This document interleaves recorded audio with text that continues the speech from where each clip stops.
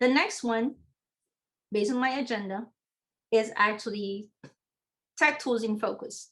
So for example, if I have the tech tools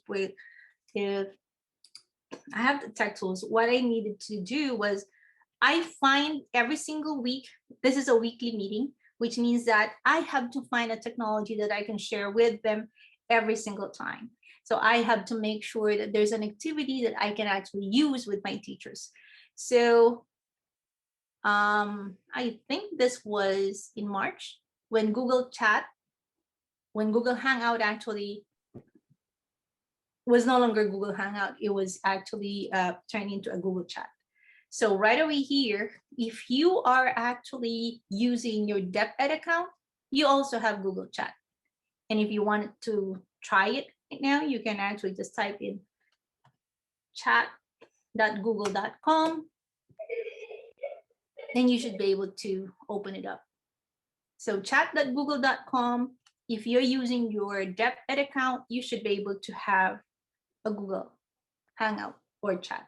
And this is usually very good when it comes to creating rooms to some of my teachers. For example, I have 3 schools and I wanted to talk only to one campus. So I created a chat for one high school. I also wanted to talk only to my English teachers. So I created a chat room for my English teachers, for my social studies teachers, for the science and math teachers. So you can always have that, or you can always have an individual chat with one of your teachers. For example, I don't have to come into your classroom, but I can always send a message saying that I will be coming in a few minutes.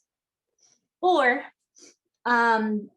if you need me, if I'm not in that campus, you can always send me a message through chat, and you have some questions about technology, for example, or something that I have used in the classroom before, then you needed help. That's where teachers would leave messages for me.